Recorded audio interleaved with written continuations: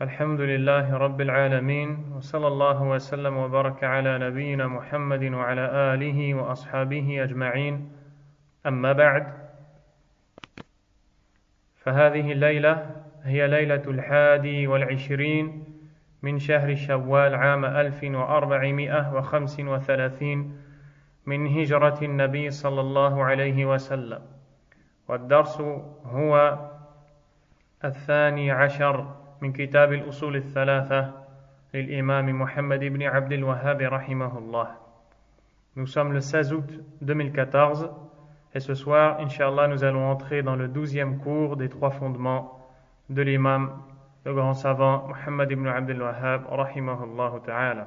La semaine dernière, nous avons terminé l'étude du premier fondement qui est la croyance en Allah subhanahu wa ta'ala. Nous avons vu à travers ce premier fondement plusieurs choses, parmi lesquelles nous avons vu 3 introductions de l'auteur, rahimahullah.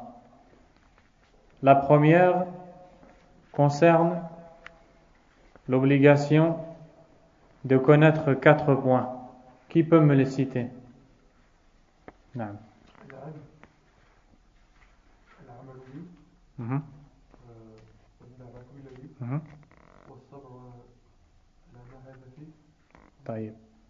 En français aussi? La science. Premièrement, la science. Qu'est-ce que la science? C'est la connaissance d'Allah, la connaissance de la religion de l'islam par l'épreuve, la connaissance du prophète. Allez, salatu salam. Il manque quelque chose? Non? Avec l'épreuve. N'oubliez pas ça. La religion d'Allah tabaraka wa ta'ala est une religion de connaissance avec l'épreuve. Deuxième point, la mise en pratique. La mise en pratique de quoi? De cette science. C'est-à-dire mettre en pratique ce qu'il découle de cette connaissance. Ce qui veut dire que ce qu'il est demandé aux musulmans, n'est pas simplement d'être connaisseur de ces choses-là, mais il doit les mettre en pratique. Ensuite,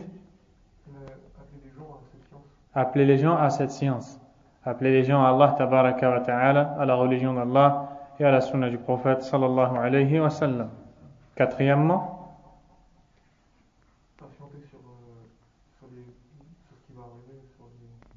patienter sur les nuisances qui vont découler de ce prêche à Allah tabaraka wa ta'ala.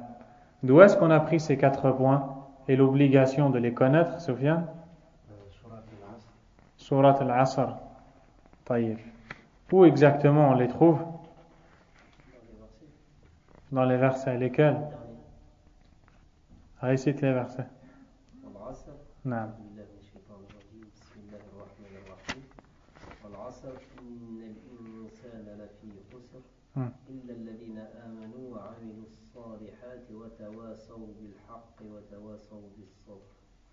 Donc, tu me fais le résumé de ces 4 points. Où est-ce qu'on les trouve exactement? Le premier point, l'obligation de la connaissance.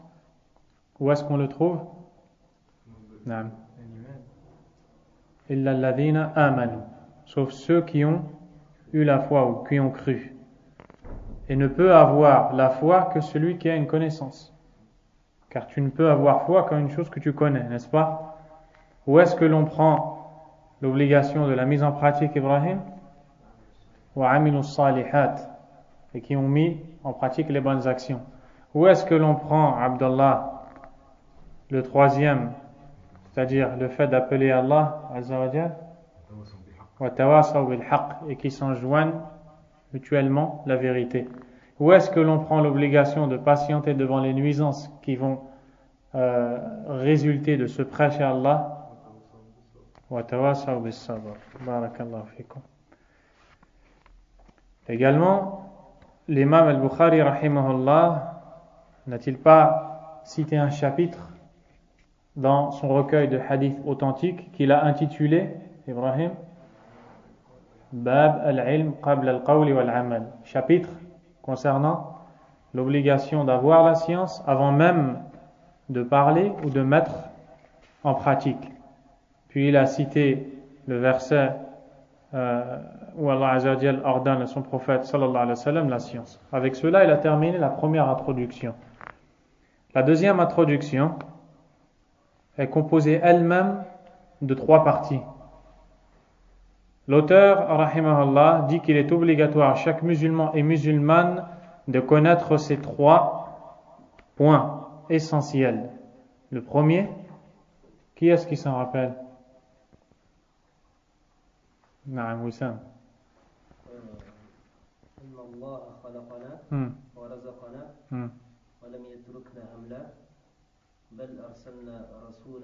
ولم يتركنا هملا بل أرسل إلينا رسولا نعم فمن أطاعه دخل الجنة ومن عصاه دخل النار. Exactement. Qu'Allah tabaraka wa ta'ala donne la récompense. Le premier, qu'Allah nous a créé, octroyé la subsistance et ne nous a pas laissé nous en remettre à nous-mêmes ou bien sans but à observer. Au contraire, il nous a envoyé un messager. Ainsi, celui qui lui obéit entrera au paradis et celui qui lui désobéit entrera en enfer. Deuxième point, Sophia. Il n'accepte pas qu'on lui associe quoi que ce soit dans l'adoration, que ce soit un prophète, un ange ou autre chose. Exactement. Le deuxième point, c'est qu'Allah tabaraka wa ta'ala n'agrée pas, n'accepte pas, ne tolère en aucun cas qu'une adoration soit vouée à un autre que lui, que ce dernier soit un prophète, un ange ou autre, car cela relève de l'association à Allah tabaraka wa ta'ala. Le troisième point, Ibrahim, peut-être. Celui qui prend Allah et son messager comme allié, il faut prendre celui qui s'oppose à Allah et son messager comme allié. Exactement, c'est le résumé. Celui qui obéit au prophète, alayhi salatu wassalam, et qui adore Allah d'un culte sincère, n'a pas le droit de prendre en allié ceux qui font scission d'avec Allah et son messager, quand bien même ceux-ci seraient leurs proches. Ensuite, il passe à la troisième introduction où il nous enseigne ce que veut dire la Hanifiyya. Qu'est-ce que veut dire la Hanifiyya? Qui est la religion d'Ibrahim alayhi salam et de tous les prophètes. Abdullah. C'est détourner d'eux, se pencher du shirk, se mettre en parallèle. Presque. Se désavouer. Entre dedans. Naam. Le fait de d'expirer par Allah. Naam. De désavouer des adeptes du shirk. Ça vient? S'éloigner d'une chose pour aller vers une autre chose. Ça, c'est le sens linguistique. Et dans le din, de quelle chose on s'éloigne et vers laquelle on va? On s'éloigne du shirk pour Naam. Exactement. La Hanifiyya, c'est le fait de pencher vers le tawhid en délaissant complètement ash-shirku billah subhanahu wa ta'ala. Pourquoi est-ce que ici l'auteur nous parle de la Hanifiyya et il l'attribue à Ibrahim? N'est-ce pas que la Hanifiyya est la religion de tous les prophètes? Pourquoi Ibrahim particulièrement? Non. Celui qui a accompli cette mission de la meilleure manière n'est autre que Muhammad sallallahu alayhi wa sallam. Et car c'est sa voix. Quoi d'autre?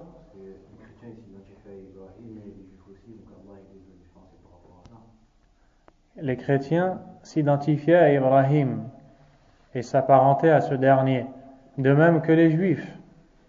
Allah tabaraka wa ta'ala, et non pas seulement les chrétiens et les juifs, aussi le peuple de Quraysh. Souvenez-vous que quand le prophète alayhi salatu wassalam a conquis la Mecque, qu'est-ce qu'il a trouvé dans la Kaaba? Un dessin d'Ibrahim qui faisait al-istiqsam ou bil-azlam, leur tirage au sort qu'il faisait avant de voyager, qui est du shirk. Donc chacun disait, nous suivons Ibrahim, nous suivons Ibrahim.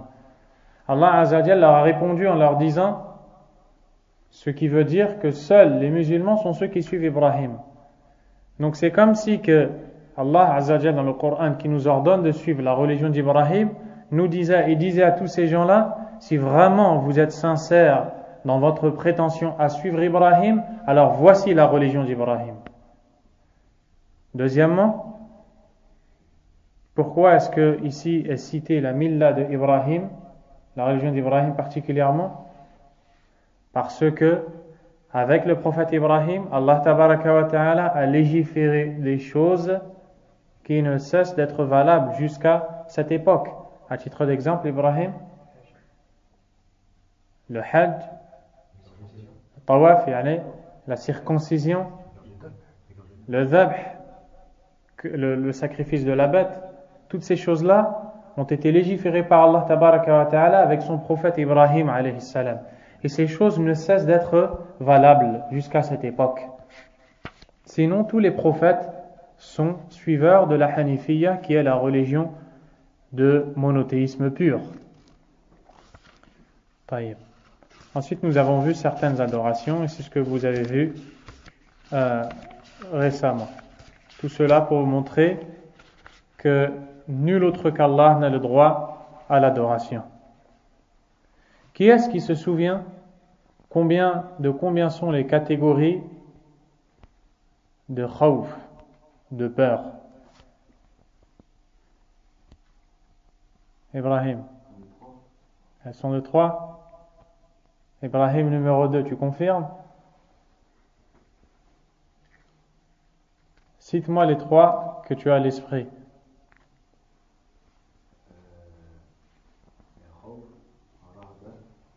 Non, je ne parle pas des 3 termes qui sont en relation avec la peur. Je parle de l'khawf, la peur, celle-ci. Sofiane. La peur naturelle. Il y a la peur naturelle. En quoi ça consiste? En quoi ça consiste la peur naturelle? Qu'est-ce que la peur naturelle? On a peur d'un animal, on va dire. Par exemple, une peur naturelle. La peur de se faire mal, la peur de l'ennemi, la peur de l'animal, etc. Deuxièmement, quel est le jugement de cette peur? C'est interdit? C'est autorisé. Taïb. Ensuite, Sofiane? La peur dite, ou la peur qui fait partie du shirk, wal'iyadu billah. Comment elle s'appelle exactement? Khawfus? Hein? Pourquoi tu chuchotes? Il répond tout seul. Il se parle tout seul.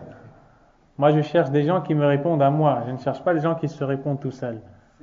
Khawf ou sir, la peur secrète. Pourquoi secrète?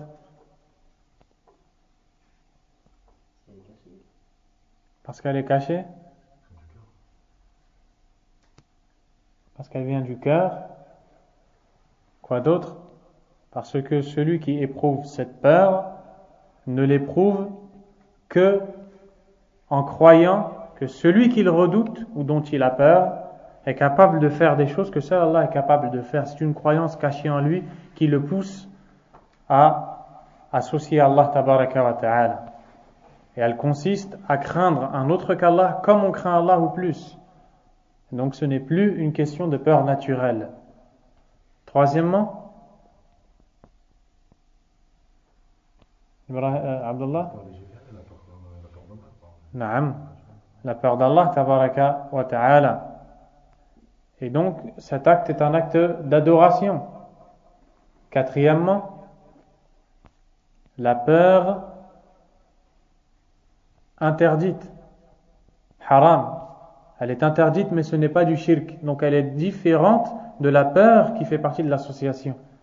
En quoi est-ce que ça consiste, Ibrahim?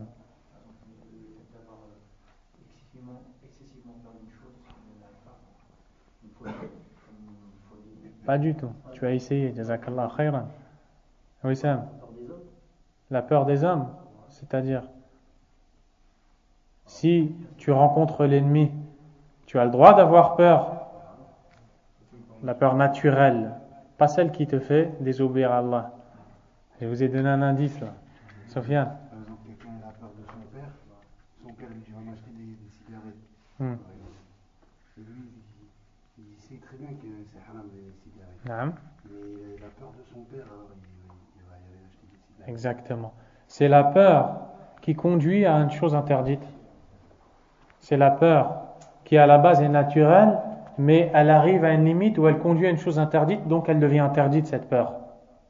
À l'exemple de l'enfant qui craint son père, ce qui est naturel et permis, mais qui dépasse les limites dans cette crainte à un point où quand son père lui demande de faire une chose interdite par Allah, il l'a fait à cause de cette peur-là. Cette peur-là est interdite.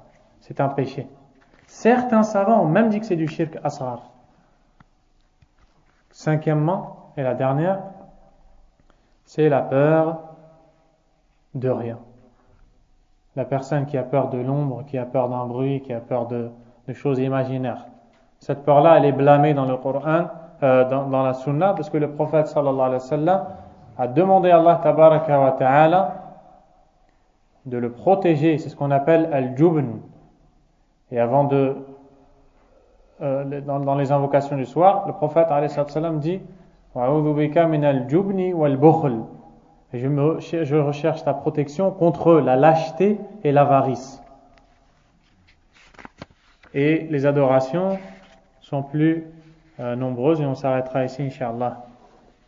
Maintenant, nous allons entrer dans le deuxième principe, le deuxième fondement. L'auteur a dit, rahimahullah,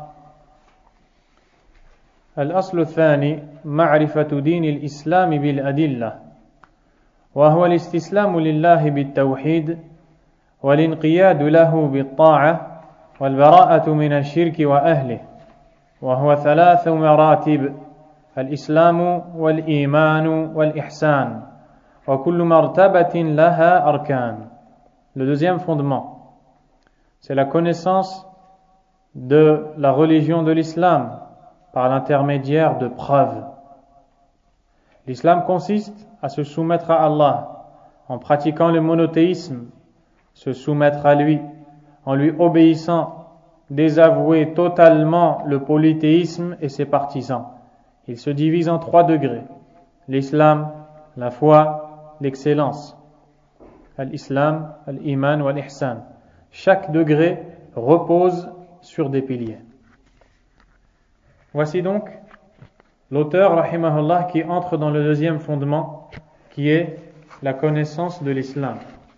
Car toute personne qui connaît Allah tabaraka wa ta'ala, c'est donc le premier fondement, doit connaître ce qu'Allah veut de lui, ou d'elle, pardon. Et ce qu'Allah azza wa jal veut de nous n'est autre que l'islam, la mise en pratique de cette religion qu'il a légiférée, avec laquelle il a envoyé des prophètes et révélé des livres, subhanahu wa ta'ala. C'est pourquoi l'auteur ici va nous donner la définition de l'islam, que nul n'est censé ignorer. La définition complète de l'islam et du terme islam. Il nous dit donc que l'islam, la définition en arabe, c'est al-istislamu lillahi bit-tawhid wal-inqiyadu lahu bit-ta'a wal-bara'atu min ash-shirki wa ahlihi. Ce qui veut dire la soumission totale à Allah en pratiquant le monothéisme. Qu'est-ce que l'islam? Voici la réponse. L'islam est la soumission totale à Allah en pratiquant le monothéisme, en se soumettant à lui, en lui obéissant et en se désavouant totalement du polythéisme et de ses partisans, c'est-à-dire des polythéistes. C'est la définition que vous avez notée dans votre livre. Al-istislam, ce qui est traduit par la soumission. Vous voyez que islam et istislam, nous retrouvons les 3 mêmes lettres de base qui sont le alif, le lam, le sin, le lam et le mim. Voici les 3 lettres de base. Le sin, lam, mim. Et à la base, ces 3 lettres veulent dire le fait de délaisser toute divergence et toute contradiction. Tarkul munaza'a. C'est pour cela qu'on dit de la personne qui est malade et qui a atteint un niveau de maladie tel qu'elle est presque convaincue qu'elle va mourir, fulanun istaslama lil maut. Un tel s'est soumis à la mort, c'est-à-dire il s'est laissé. Il s'est laissé mourir, parce qu'il sait qu'il va mourir. Pareil pour l'ennemi qui combat, et quand il se voit perdant, qu'est-ce qu'il fait? Yastaslim, il se rend. Il arrête de contredire celui qui est en face de lui. L'islam, c'est le fait d'arrêter de contredire les messagers d'Allah, tabaraka wa ta'ala, qui nous ont appelés à l'unicité d'Allah. Comment? En se soumettant aux ordres d'Allah subhanahu wa ta'ala. Comment est-ce que l'on se soumet aux ordres d'Allah? En pratiquant le monothéisme, c'est-à-dire en adorant qu'Allah azza wa jal. Voici la soumission à Allah. Puis, en se soumettant à lui avec l'obéissance, en mettant en pratique ses ordres et en délaissant ses interdits. Et cette partie n'est pas suffisante. Cette partie n'est pas suffisante. Il manque la dernière qui est le fait de se désavouer totalement du polythéisme et des polythéistes, du shirk et des mushrikoun. Le fait de se désavouer de cet acte abominable qui est le fait d'adorer un autre qu'Allah, azza wa jal, et de se désavouer également des associateurs. Et ici on voit l'importance de ce qu'on appelle al-wala ou al-bara, l'alliance et le désaveu. Nous avons vu un chapitre où on a cité les différentes catégories d'alliance et de désaveu, celles qui ont lieu entre les croyants, celles qui ont lieu entre les croyants et les mécréants, n'est-ce pas? Cela est une base essentielle de l'islam. Ainsi, toute personne qui dirait qu'il ne faut pas se désavouer du shirk, même si cette personne n'adore qu'Allah tabaraka wa ta'ala et ne fait pas de shirk, mais elle ne se désavoue pas du shirk, cette personne n'est pas musulmane. Car le musulman doit se désavouer du shirk, il doit renier le shirk et les associateurs. D'où la gravité de la parole proférée par ceux qui, à cause de leur ignorance, malgré le fait qu'ils prétendent la connaissance, disent que le croyant ne doit pas détester totalement le kafir. Wal'iyadhu billah. Et cette parole a été dite dans un endroit très proche de cette ville, qui est la ville de Stein, par un individu qui prétend à la science, mais qui avec cette parole a montré combien est grande son ignorance. Wal'iyadhu billah. Comment dire une telle parole alors que les versets dans le Coran qui nous montrent que le croyant doit détester le shirk et les mushrikoun sont très nombreux, tellement nombreux que seul un insouciant peut ne pas les voir, un aveugle du cœur peut ne pas les voir. Wal'iyadhu billah. Donc cela est une base de l'islam et qu'il ne faut pas annuler. Al-wala ou al-bara, l'alliance et le désaveu, est un fondement sur lequel repose la religion d'Allah tabaraka wa ta'ala. Voici la définition de l'islam. Puis l'auteur a dit wa huwa thalathu maratib. Thalathu maratib. Mais d'abord, avant d'entrer dans les 3 degrés de la religion, l'islam qui est la soumission à Allah azza wa jal se divise en 2.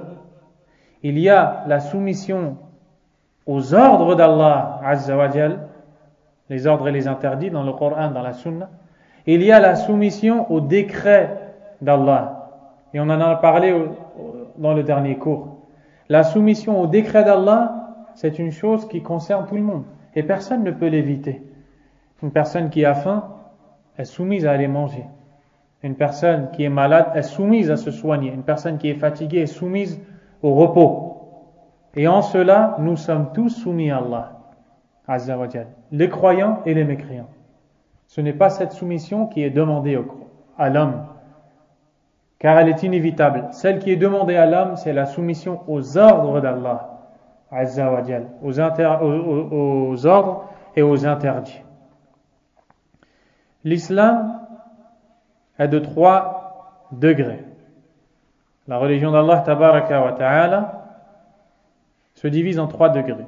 Ce qu'on appelle l'islam, ce qu'on appelle la foi et ce qu'on appelle l'excellence. Chaque degré va être détaillé par l'auteur. Inch'Allah ta'ala, Et vous verrez que ces 3 degrés sont tirés d'un hadith qui est très célèbre, que nous allons lire, Inch'Allah, bientôt. L'auteur a dit « Wa kullu martabatin laha arkan » Chacun de ces 3 degrés a des piliers. C'est-à-dire, pour qu'il soit complet, il a des piliers. L'islam a des piliers, n'est-ce pas? Ce qu'on appelle les 5 piliers de l'islam. La foi a des piliers. L'excellence a des piliers. Et la preuve se trouve dans le hadith Jibril, qui est rapporté par Muslim. C'est le hadith qu'on lira un peu plus loin, Inch'Allah. Et je recommande d'ailleurs à chacun d'entre vous de mémoriser ce hadith, en raison des sens riches qu'il contient. Alors, l'auteur va passer aux 5 piliers de l'islam. Il dit, les piliers de l'islam sont au nombre de 5. Qui est-ce qui va me citer les 5 piliers de l'islam? Alassane. Le premier, c'est l'attestation de foi. Ashhadu an la ilaha illallah wa ashhadu anna Muhammadan Rasulullah. La prière, l'aumône, le jeûne de Ramadan et enfin le Hajj, le pèlerinage de l'islam. Il est connu que le pilier, c'est ce sur quoi on pose. Est-ce que donc cela veut dire que l'islam n'a que 5 obligations? Non, l'islam a plus d'obligations. Pourquoi est-ce qu'on appelle ces choses-là piliers de l'islam alors? Oui, ça. Un pilier, quand on ne le fait pas. Je vous explique. Il essaie de gagner du temps. Sinon, il a répondu directement. Ibrahim? Exactement. Ces 5 choses sont les plus grandes obligations, à un point où elles sont comparables à des piliers. Et aussi parce que le prophète sallallahu alayhi wa sallam a dit Bunya al-Islamu ala khams. L'islam a été bâti sur 5 et il a cité ces 5 obligations. D'où l'appellation les 5 piliers de l'islam. L'auteur a dit فَأَرْكَانُ الْإِسْلَامِ خَمْسَةٌ شَهَادَةُ أَنْ لَا إِلَهَ إِلَّا اللَّهُ وَأَنَّ مُحَمَّدًا رَسُولُ اللَّهِ وإقام الصلاة وإيتاء الزكاة وصوم رمضان وحج بيت الله الحرام. Les piliers de l'islam sont au nombre de 5. Prononcer l'attestation de foi, la ilaha illallah, Muhammad Rasulullah. Accomplir la prière, s'acquitter de l'aumône, jeûner le mois de Ramadan et effectuer le pèlerinage à la maison sacrée d'Allah subhanahu wa ta'ala. Puis l'auteur va nous citer les preuves pour chacun de ces 5 piliers. En commençant par les preuves de l'attestation de foi, qu'elle est un pilier de l'islam. Il nous dit فَدَلِيلُ الشَّهَادَةِ قَوْلُهُ تَعَالَى شَهِدَ اللَّهُ أَنَّهُ لَا إِلَهَ إِلَّا هُوَ وَالْمَلَائِكَةُ وَأُولُو الْعِلْمِ قَائِمًا بِالْقِسْطِ لَا إِلَهَ إِلَّا هُوَ الْعَزِيزُ الْحَكِيمُ. Il cite comme preuve le verset où Allah Azza wa Jal dit ce qui veut dire Allah atteste que nul ne mérite d'être adoré sauf lui. De même attestent cela les anges et les gens doués de science, et ceci à juste titre. Nul ne mérite d'être adoré sauf lui, le Tout-Puissant, le parfaitement sage. Subhanahu wa ta'ala. Dans ce verset, Allah subhanahu wa ta'ala a attesté lui-même que nul autre que lui n'a le droit à l'association, à l'adoration. Il a attesté également que les anges témoignent que le seul à mériter l'adoration est Allah. Et de même, les savants, les connaisseurs de la religion, ceux qui connaissent Allah Azza wa Jal, attestent véritablement, c'est-à-dire qu'ils attestent de par leur connaissance, avec leur cœur, avec leurs actes, avec leur mode de vie, avec leurs pratiques, ils vivent, ils attestent, ils témoignent que nul autre qu'Allah Azza wa Jal n'a le droit d'être adoré. Et dans ce verset, nous voyons un mérite des gens de science et le mérite de la science. Et l'imam al-Qurtubi rahimahullah a dit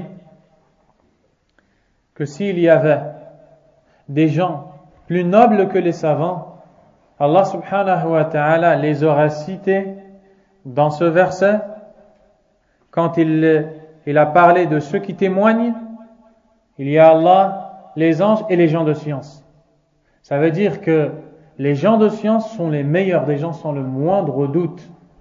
Que dire alors de ceux qui font fuir les gens de la science et qui désencouragent les gens à l'apprentissage de la religion d'Allah et qui n'encouragent pas les gens à connaître les savants de la sunna?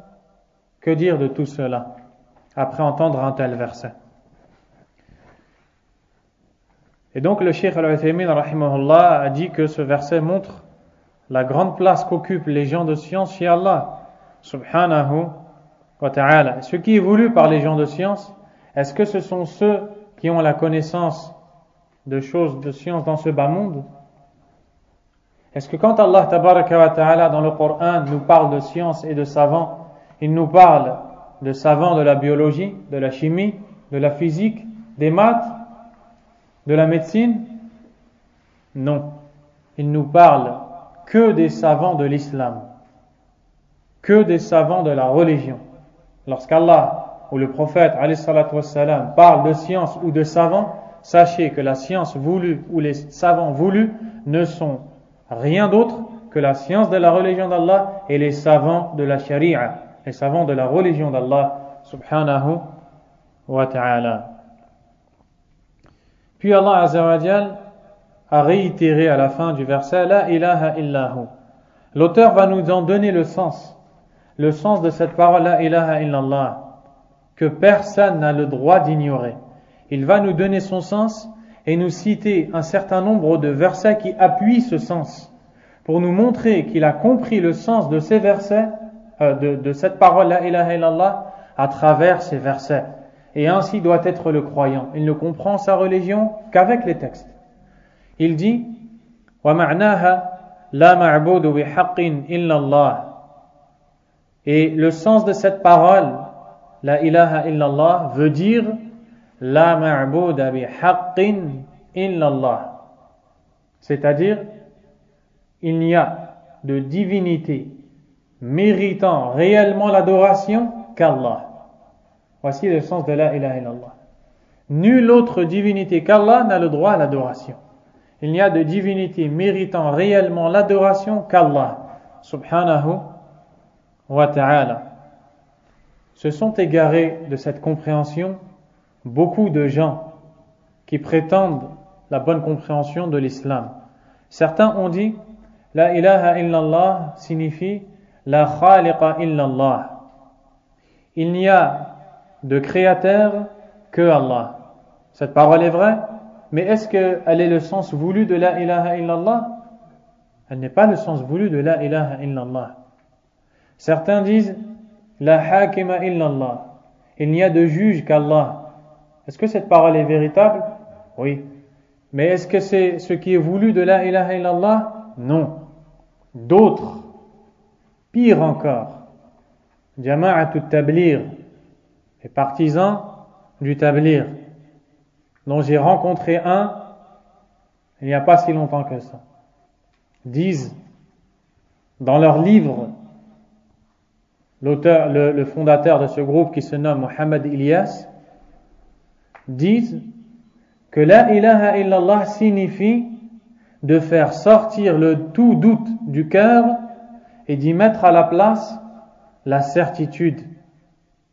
Où est-ce qu'il y a ce sens dans La ilaha illallah? La réponse, nulle part.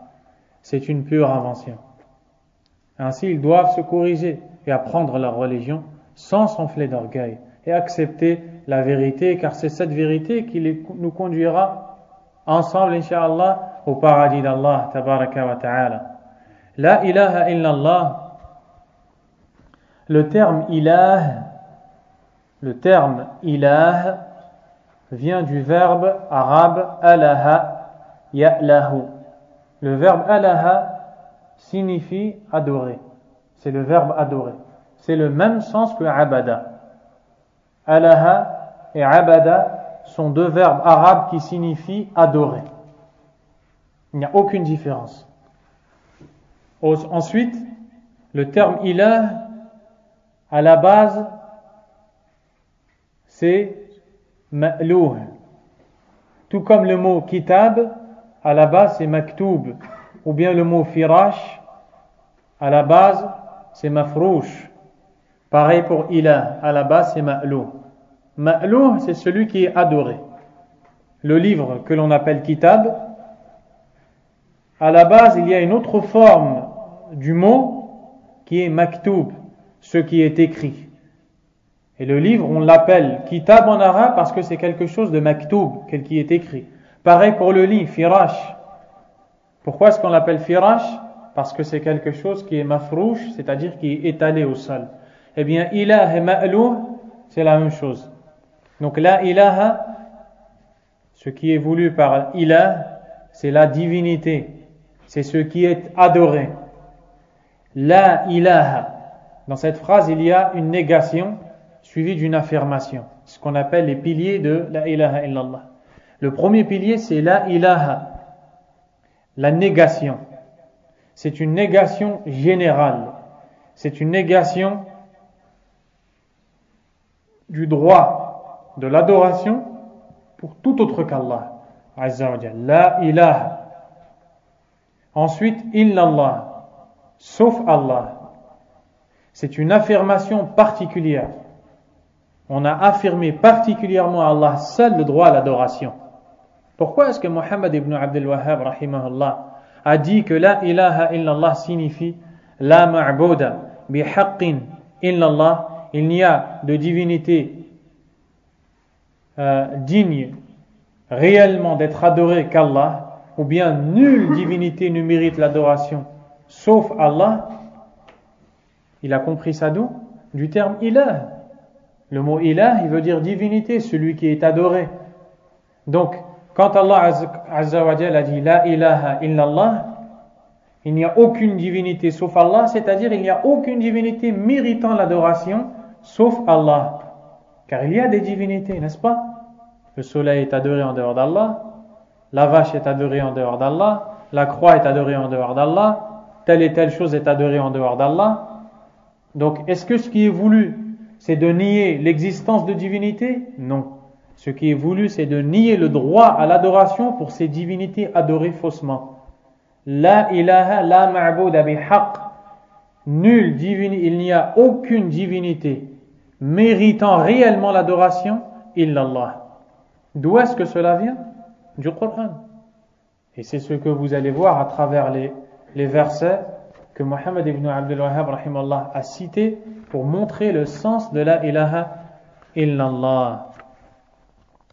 Il dit la ma'bouda bihaqqin illallah. La ilaha nafiyan jami'a ma yu'badu min dunillah illallah muthbitan al-ibadata lillahi wahdahu la sharika lah fi ibadatihi kama annahu la sharika lahu fi mulkihi. Ce qui veut dire, le sens de cette attestation est littéralement nul ne mérite véritablement l'adoration sauf Allah. La première partie, nul ne mérite, renie toute forme d'adoration à tout autre qu'Allah. Azza wa Jalla. C'est le premier pilier, c'est la négation.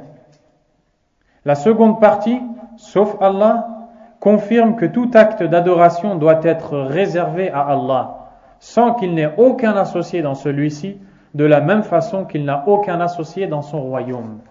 Et cette phrase, qui est composée d'une négation et suivie d'une affirmation, a pour but l'unicité ou le monothéisme. Car si je dis, je veux vous donner un exemple pour vous montrer que la négation suivie de l'affirmation indique l'unicité de la chose. Si je dis Abdullah est assis, est-ce que avec cette phrase vous comprenez que seul Abdullah est assis? Vous m'avez entendu? Répondez. Non, n'hésitez pas. Taïeb. Par contre, si je dis nul n'est assis sauf Abdullah. Qu'est-ce que vous comprenez? Que le seul qui est assis est Abdullah. Pareil, si je dis Allah est celui qui mérite l'adoration, ou Allah mérite l'adoration, on ne comprend pas qu'il est le seul à mériter. Par contre, si je dis nulle divinité ne mérite l'adoration à part Allah, j'ai nié pour tout le monde et j'ai accepté un. J'ai nié pour tout le monde et j'ai affirmé pour un seul. Vous comprenez? Ça, c'est le sens de la ilaha illallah. Cette parole a deux piliers, négation, affirmation. La négation pour le droit de l'adoration à tout autre qu'Allah. L'affirmation du droit de l'adoration à Allah seul. C'est le sens de la ilaha illallah. L'auteur dit, donc, il nous a défini le sens de la ilaha illallah. Et le Cheikh Al-Uthaymin, rahimahullah ta'ala, a cité donc ce que vous venez d'entendre et ce que l'on vient de résumer.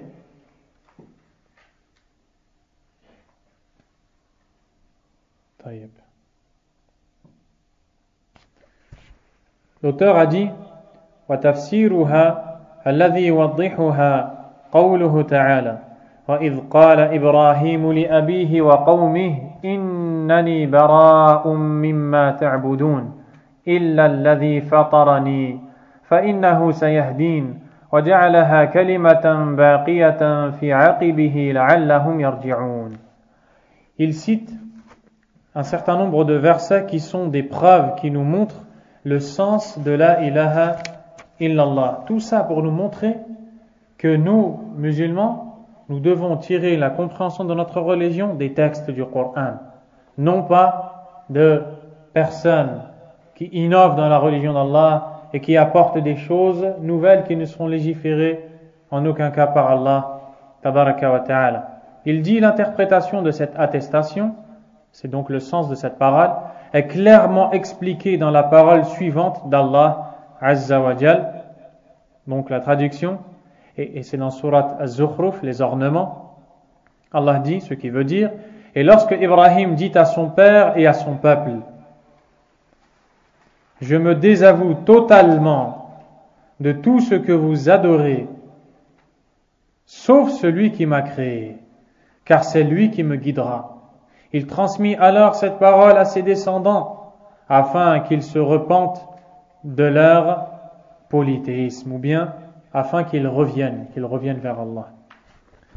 Qui est-ce qui peut me tirer de ce verset la compréhension de la ilaha illallah?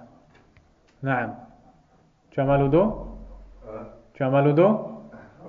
Tu es en bonne santé? Avance, ne t'appuie pas derrière. Naam.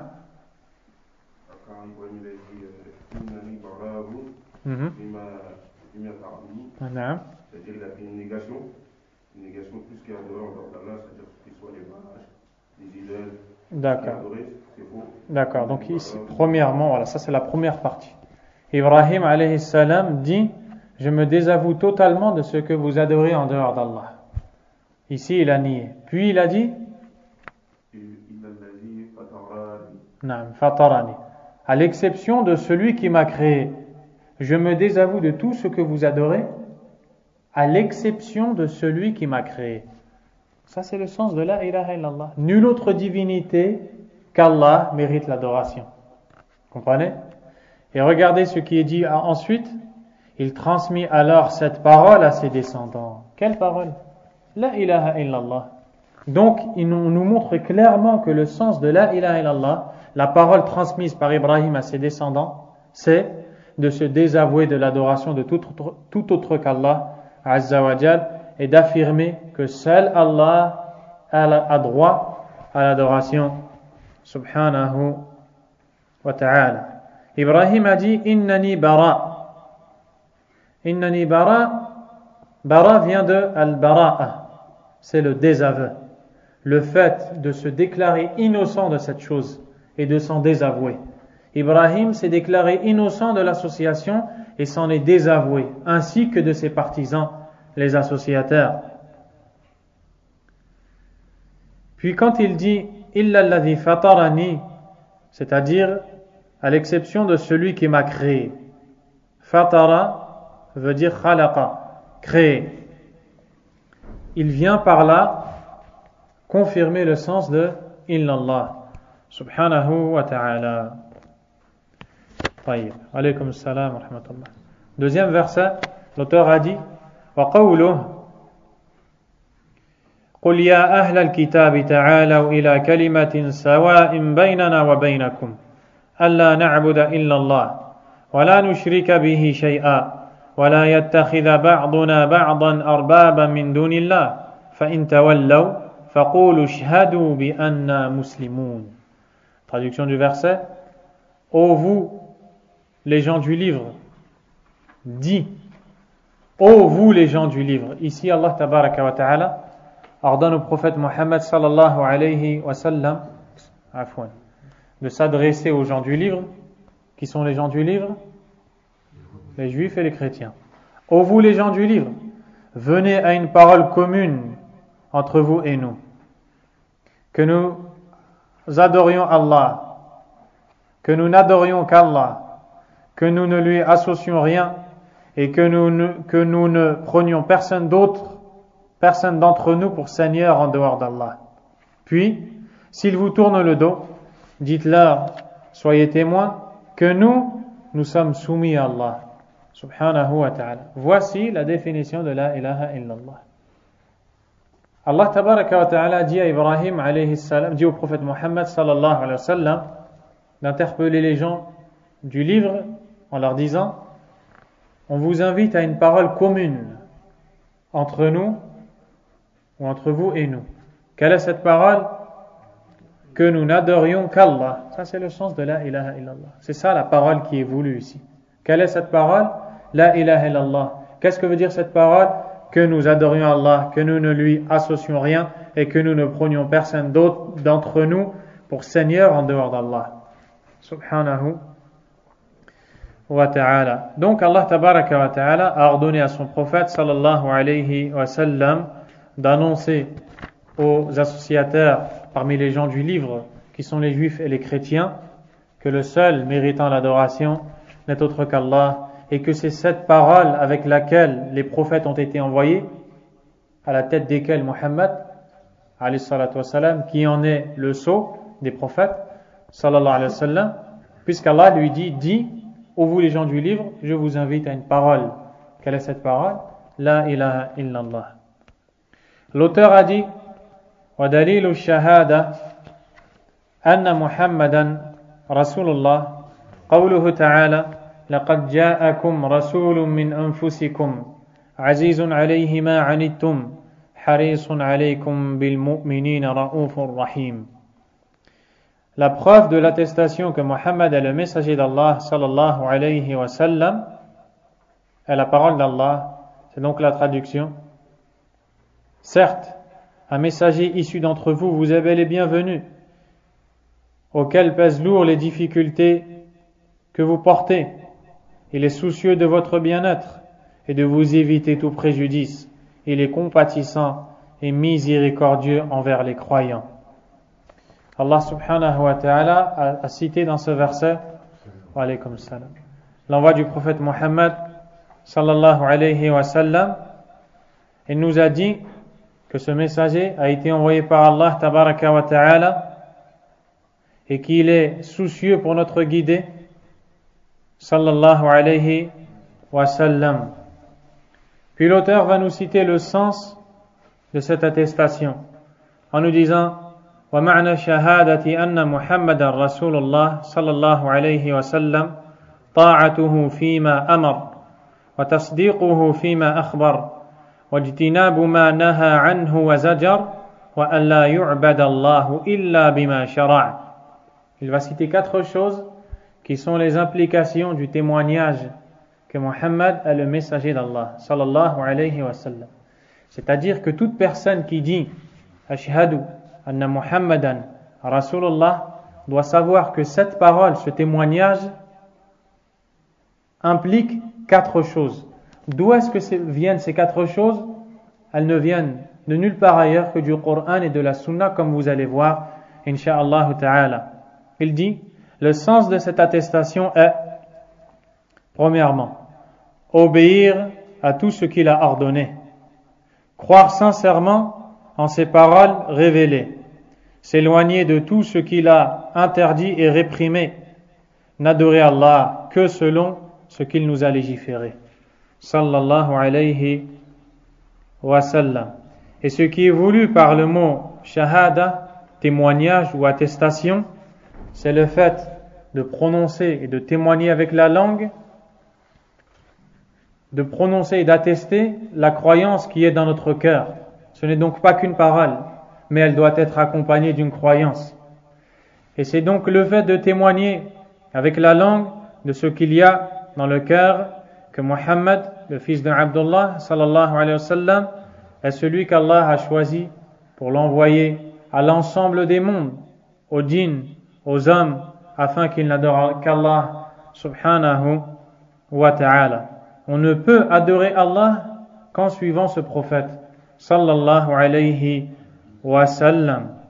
Puis il cite les 4 implications en disant la première chose c'est d'obéir à tout ce qu'il a ordonné. La deuxième chose, croire sincèrement en ses paroles révélées. Et certains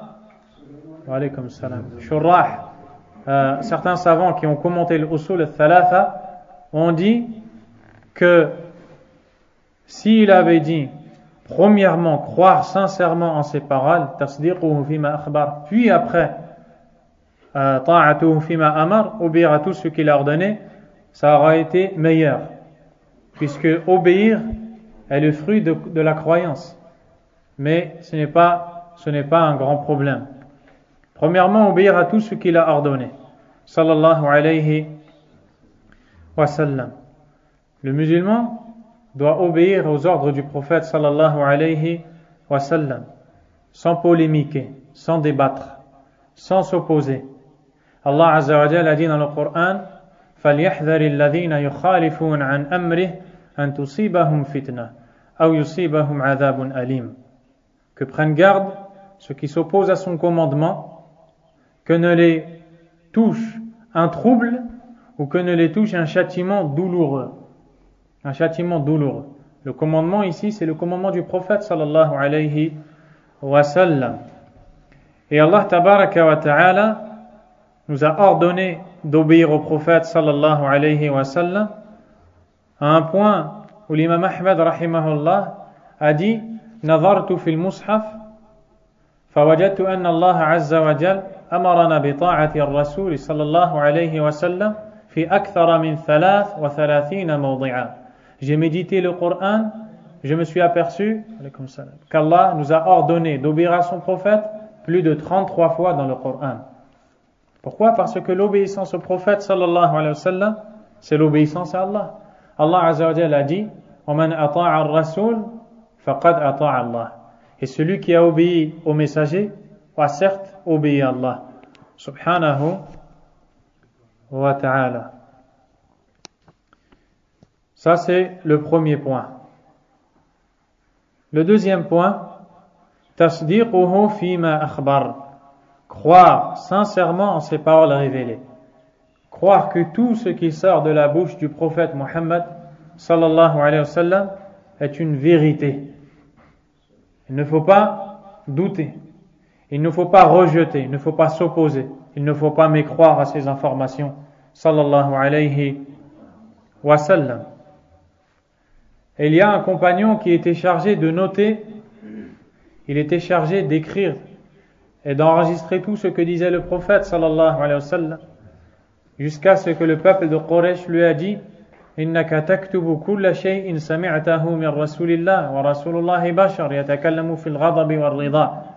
On te voit écrire tout ce que tu entends du messager d'Allah, et ce n'est qu'un homme. Il parle sous l'effet de la colère, il parle sous l'effet de la joie. Ils ont voulu par ça le dissuader d'écrire. Il est allé voir le prophète sallallahu alayhi wa sallam pour l'informer de ce qui s'est passé. Et le prophète lui a dit: Uktub walladhi nafsi biyadih la yakhruju min hadha illa haqq.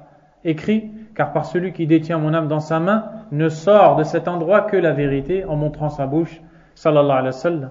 Et Allah azza wa jalla a dit dans le Coran: wa ma yantiqu anil hawa in huwa illa wahyu yuha. Et il ne parle pas sous l'effet de la passion, ce n'est qu'une révélation qui lui est faite. Tout ce qui vient de la bouche du prophète sallallahu alayhi wa sallam n'est pas une chose qu'il a prononcée après ou sous l'effet de la passion, mais ce n'est que ce qu'Allah lui a demandé de dire sallallahu alayhi wa sallam. Troisième chose, wajtinabu ma anhu naha wa zajar, c'est-à-dire s'éloigner de tout ce qu'il a interdit et réprimé. Allah Azza wa Jalla a dit wa ma ataakumur rasulu fakhudhuhu wa ma nahakum anhu fantahu, et ce que le messager vous a donné, prenez-le, et ce que le messager vous a interdit, abstenez-vous-en. Et le prophète sallallahu alayhi wa sallam a dit wa man asani dakhala an-nar, et celui qui m'a désobéi entrera dans le feu. Donc le musulman n'a pas le droit de faire ce qui est rendu interdit par le prophète Muhammad alaykum salam wa rahmatullah sallallahu alayhi wa sallam. Le quatrième point, Allah yu'bad Allahu illa bima shara', n'adorer Allah que selon ce qu'il nous a légiféré. C'est ce que on verra la semaine prochaine inshallah ta'ala.